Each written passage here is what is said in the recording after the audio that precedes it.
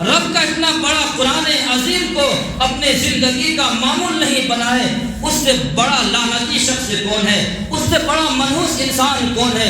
اس سے بڑا کائنات کے اندر بدترین انسان کون ہے جو رب کا کلام پاک کو پڑھنا نہ جانتا ہو، اب مر کر کے دنیا سے چلا گیا ہو؟ کتنے افسوس کی بات ہے، ماتم کرنے کی ضرورت ہے۔ ہماری زندگی صرف انجوائے کرنے کی زندگی ہے، صرف جو ہے ہماری زندگی کا اندر مستی کرنے کی زندگی ہے۔ ہم نے یہ سوچ لیا ہے ہماری زندگی ہے، میرے ماں باپ کی زندگی ہے، میرے خاندان کی زندگی ہے، ہم جب چاہیں جس طریقے سے چاہیں زندگی گزار کر کے چلے جائیں گے۔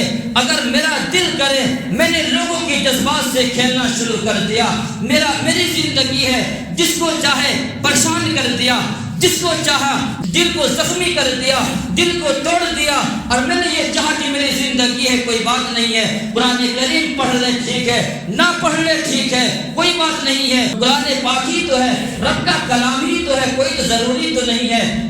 دنیا کے اندر بدلاؤ کس چیز سے آیا ہے؟ قرآن کریم ہی سے تو آیا ہے۔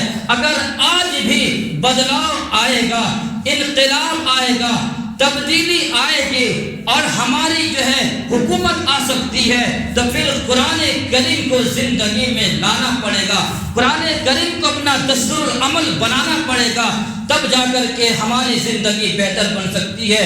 ہمارے پاس ٹائم بہت ہے قرآن، لیکن ہمیں افسوس لگتا ہے اتنا بڑا ہو گئے ہیں، جائیں گے امام صاحب کے پاس، جائیں گے حافظ صاحب کے پاس، جائیں گے عالموں کے پاس، ہم تو کیا کہے گا کہ اتنا بڑا ہو گیا ہے قرآن پڑھنا تمہیں نہیں آتا، یہ شرم ہے، شرم ورم نہیں ہے، لعنتی ہو ایسے انسان پر، کیا شرم ہے؟ بال اگر بڑا ہو جائے ہم نائی کے پاس جا سکتے ہیں، کوئی شرم نہیں ہے، اگر چپل ٹوٹ جائے چپل خریدنے کے لیے بازار جا سکتے ہیں، رانچی کا سفر کر سکتے ہیں، کوئی شرم کی بات نہیں ہے، ناخن بڑھ جائے ناخن کاٹ سکتے ہیں، کوئی شرم کی بات نہیں ہے۔ لیکن جب رب کا قرآن پڑھنا نہیں آتا ہے، رب کا بہترین عظیم ترین کتاب کلام اللہ پڑھنے نہیں آتا ہے، پھر ہمیں جانے میں شرم آتی ہے، ہمیں حیا آتی ہے، کوئی حیا نہیں ہے، یہ بے غیرتی ہے اعلیٰ درجے کا، یہ بے شرمی ہے اعلیٰ درجے کا۔ کہاں ہے انسان، کہاں ہے ہمارا نوجوان، کہاں ہے مسلمانوں جنہیں قرآن کریم کو اپنی زندگی میں دستور بنایا ہو؟ کتنا آپ سے کہیں گے، درد دل یہ کن سے کہا جائے، یہ پیغام کن کو دیا جائے؟ ہم اور آپ یہ سوچتے ہیں کہ یہ تقریر تو کسی اور کے لیے ہو رہی ہے، یہ آپ تمام حضرات کے لیے میرے لیے ہو رہے ہیں۔ الحمد للہ نحمده ونستعینه ونستغفره ونؤمن به ونتوکل علیہ ونعوذ باللہ من شرور انفسنا ومن سیئات اعمالنا من يهده الله فلا مضل له ومن يضلل فلا هادي له ونشهد أن لا إله إلا الله وحده لا شريك له ونشهد أن سيدنا وسندنا وحبيبنا ومولانا محمدا عبده ورسوله فأعوذ بالله من الشيطان الرجيم بسم الله الرحمن الرحيم ذلك الكتاب لا ريب فيه هدى للمتقين وقال النبي صلى الله عليه وسلم لا يؤمن أحدكم حتى يكون هواه تبعا لما جئت به أو كما قال النبي صلى الله عليه وسلم اللهم صل على محمد وعلى آل محمد كما صليت على إبراهيم وعلى آل إبراهيم إنك حميد مجيد اللهم بارك على محمد وعلى آل محمد كما باركت على إبراهيم وعلى آل إبراهيم إنك حميد مجيد۔ سامعین محترم، عزیز نوجوان ساتھیوں، بزرگوں،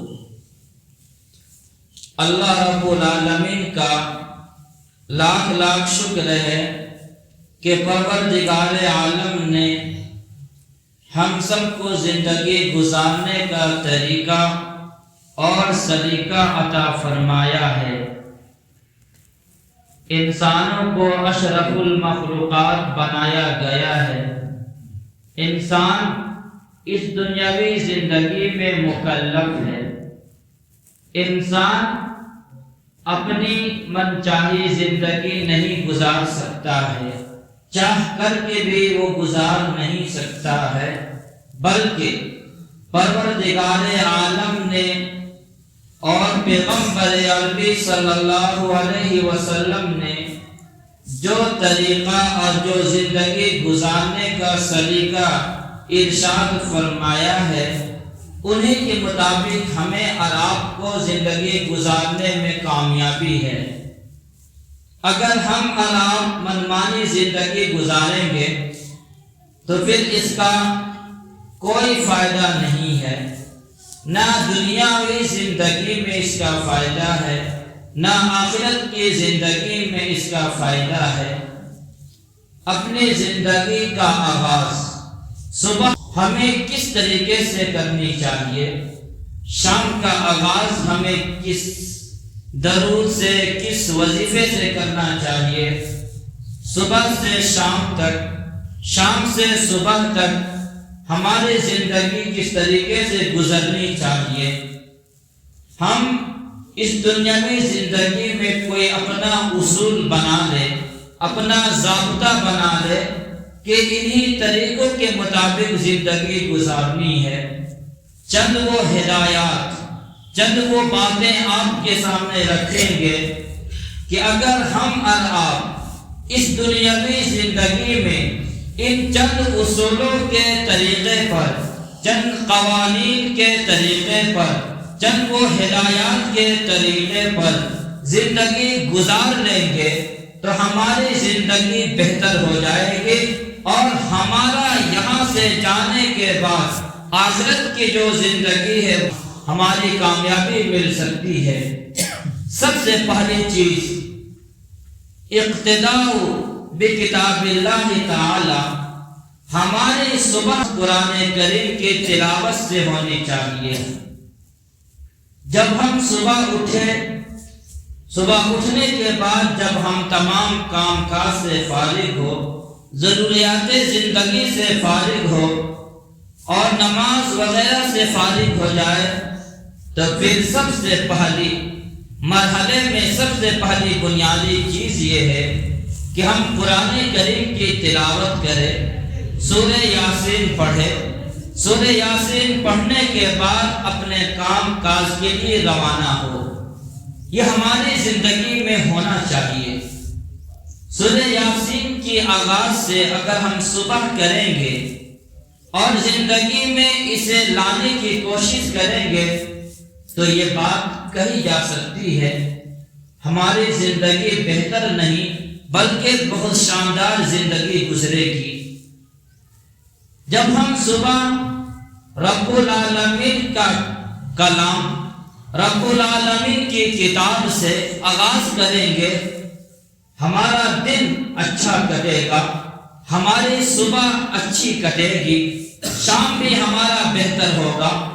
جو انسان رب کا قرآن پڑھ کر کے نکلے گا کام کرنے کے لیے، جو انسان رب کا کلام پڑھ کر کے جائے گا نوکری کرنے کے لیے، جاب کرنے کے لیے، تو پھر اس کا دن کتنا اچھا کٹے گا اس کا اندازہ آپ لگائیے گا جب آپ کی زندگی میں انقلاب آ جائے، اور اس پر عمل کیجیے گا اور وہ زندگی دیکھیے گا جس پر آپ نے یوں ہی گزار دی، اور وہ زندگی دیکھیے گا جس پر آپ کا صبح کی آغاز قرآن کریم کی تلاوت سے ہو جائے۔ دونوں میں مقابلہ کیجیے گا، دونوں کو سامنے رکھیے گا، دونوں کی زندگی کو دیکھیے گا کہ پہلی زندگی میں ہم سکون سے ہیں یا بعد والی زندگی میں ہم سکون سے ہیں۔ ہمارا پڑھا پہلا والا جو دن تھا وہ بابرکت دن گزر رہا تھا، یا جب سے میں نے قرآن کریم کی تلاوت سے اپنا دن کا آغاز کیا ہے تب میرا دن اچھا کٹ رہا ہے۔ آپ کا دل فیصلہ کرے گا اور آپ کا دل یہ کہے گا کہ نہیں، ہماری بھلائیاں، ہماری کامیابی جب سے ہم نے صبح کی آغاز قرآن کریم کی تلاوت سے شروع کر دیے ہیں، ہماری زندگی میں بھی بدلاؤ ہے، ہمارا دل بھی اچھا ہے، ہمارا دل بھی صاف ہو چکا ہے، ہمارا کاروبار کے اندر بھی برکتیں دیکھ رہے ہیں، ہمارا گھر بھی اچھا چل رہا ہے، گھر کا ایک ایک فرد بہتر ہو چکے ہیں، ہماری بیوی ہماری بات ماننے پر راضی ہے، ہمارا گھر کا ہر انسان میری بات ماننے کے لیے وہ تیار ہے۔ آخر یہ انقلاب کیسے آیا؟ آخر یہ بدلاؤ کیسے آیا؟ ہم نے زندگی میں کیا شروع کی ہے؟ دل یہ کہے گا تو نے رب کا کلام پڑھ کر کے صبح کی آغاز کیا ہے، صبح کا ابتدا کیا ہے، اس لیے تمہاری زندگی میں یہ بدلاؤ آیا ہے، تمہاری زندگی میں یہ انقلاب آ رہا ہے۔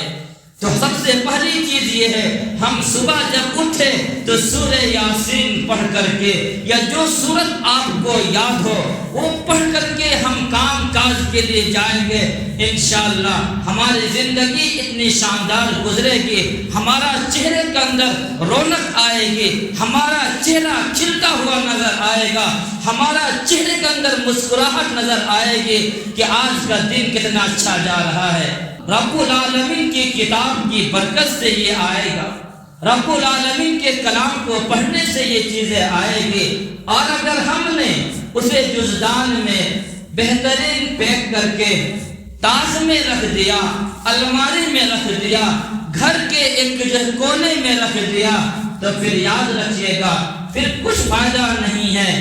آج کتنے لوگ ایسے ہیں، ہمارے نوجوان، ہمارا مسلمان، بوڑھے بزرگ بھی ہو، چاہے وہ مرد حضرات ہو یا وہ خواتین حضرات ہو، جن کو شادی میں بطور تحفہ قرآن دیا جاتا ہے، اپنی بیٹی کو لوگ شوق کے ساتھ، ذوق کے ساتھ قرآن دیتے ہیں کہ میری بیٹی، میں نے تمہاری شادی میں قرآن دیا ہے، رب کی کتاب دے دی ہے، رب کا کلام دیا ہے، لیکن افسوس کے ساتھ یہ بات کہنی پڑتی ہے، وہ نوجوان لڑکیاں قرآن کو گھر سے لے کر کے سسرال تو آتی ہے، لیکن قرآن کو ایک مرتبہ بھی کھول کر کے نہیں دیکھتی ہے۔ قرآن پر جالے لگ گئے ہیں، قرآن پر گرد و غبار لگ گیا ہے، لیکن قرآن کو ایک مرتبہ بھی توفیق نہیں ہوتی ہے کہ قرآن کی تلاوت ہو جائے، قرآن کریم کو پڑھ لیا جائے۔ اور پھر پڑھے گی کیسے؟ قرآن کریم پڑھے گی کیسے؟ ہم نے انہیں تو تعلیم بھی تو نہیں دی ہے، قرآن پڑھنا سکھایا تو نہیں ہے، ہم نے قرآن پڑھنا اپنی بیٹی کو سکھایا تو نہیں ہے، پھر وہ کیسے پڑھے گی؟ ہم نے اعلیٰ درجے کے تعلیم تو دے دیے، ہم نے اسے اسکول بھی پڑھایا، کالج میں بھی داخلہ کرایا، یونیورسٹی کا علم بھی پڑھایا، ساری دنیا کے علوم انہیں پڑھا دیے، لیکن جب باری آتی ہے رب کی کتاب کا، رب العالمین کا کلام کا، قرآن مجید جیسے کتاب کا ہم نے نہیں پڑھا ہے، تو بیچارے ان کا بھی قصور نہیں ہے، قصور تو ان کا والدین کی ہے۔ تم نے اعلیٰ تعلیم دیے ہیں، وہیں پر 1 گھنٹہ اگر نکال کر کے اپنے بیٹی کو قرآن سکھا دیا ہوتا، قرآن کا علم پڑھا دیا ہوتا، آج وہ بھی صبح کی آغاز قرآن کریم کی تلاوت کے ساتھ کرتے، لیکن کیا کرے، افسوس ہے، قرآن سامنے موجود ہے، قرآن کا ڈھیر لگا ہوا ہے، قرآن ایک نہیں کئی قرآن رکھے ہوئے ہیں، لیکن پڑھنا نہیں آتا ہے۔ یہ بات کس سے کہی جائے، یہ درد کس سے شیئر کیا جائے، یہ بات کن سے کہی جائے؟ یہ ہماری حالت ہے، ہم نے قرآن کو چھوڑ دیا، ہم چاہتے یہ ہے ہمارا گاؤں بہتر ہو، ہمارا معاشرہ بہتر ہو، ہمارا گھر بہتر ہو، ہم ملک کے اندر امن کے ساتھ رہے، ہم ملک کے اندر چین کے ساتھ رہے، ہمارے اوپر حالات نہ آئے، لیکن یہ تو ناممکن ہے، یہ مشکل ہے۔ ایسا نہیں ہوگا۔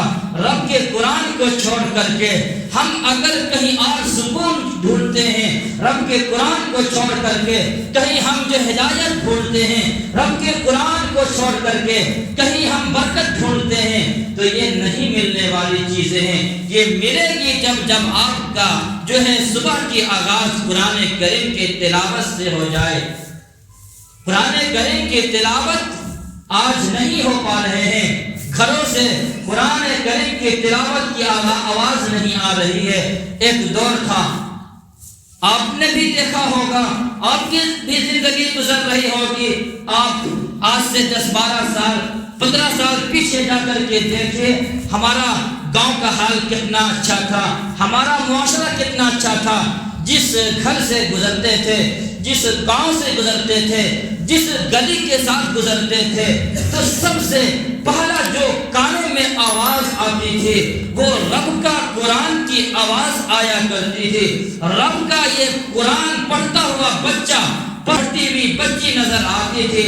ماں بھی قرآن پڑھ رہی ہے، باپ بھی قرآن پڑھ رہا ہے، بیٹی بھی قرآن پڑھ رہی ہے، اور لڑکے بھی قرآن پڑھ رہے ہیں۔ یہ گھر سے آوازیں آیا کرتی تھی، لیکن اب ہم اپنے معاشرہ کا جائزہ لے لیں، اپنے گھر کا جائزہ لے لیں، اپنے گاؤں کا جائزہ لے لیں، کہ قرآن کریم کی آواز آتی ہے۔ کبھی میرے کانوں نے قرآن کی تلاوت کو سنی ہے، کبھی میرے کانوں تک قرآن کی آواز آئی ہے؟ نہیں، ہاں آواز آئی ہے، ایک ہی چیز کی آواز آئی ہے، گانے کی آواز تو آئی ہے، ٹی وی کی آواز تو آئی ہے، سوشل میڈیا کے اوپر غلاظت گندگی کی آواز تو میرے کانوں سے گونجی ہے، ساری چیزوں کی آواز آ رہی ہے، لیکن رب کا قرآن کی آواز ہمارے کانوں میں نہیں آ رہی ہے۔ پھر ہم یہ گلہ کرتے ہیں، شکایت کرتے ہیں، ہمارا گھر کے اندر سکون نہیں ہے، گھر عالیشان بنا لیے ہیں، گھر کو بنانے میں ہم نے کئی لاکھ روپیہ خرچ کر دیے ہیں، لیکن سکون نہیں ہے۔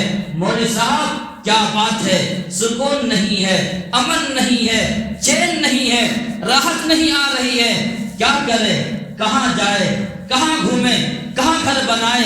اس گاؤں کو چھوڑ دے کہیں اور چلے جائے، اس شہر کو چھوڑ جائے کہیں اور چلے جائے، اس صوبہ کو چھوڑ دے کہ کسی اور صوبہ میں چلا جائے، اس دیش کو چھوڑ دے کسی اور کنٹری میں چلا جائے، سکون مل جائے گا، مسئلوں کا حل مل جائے گا؟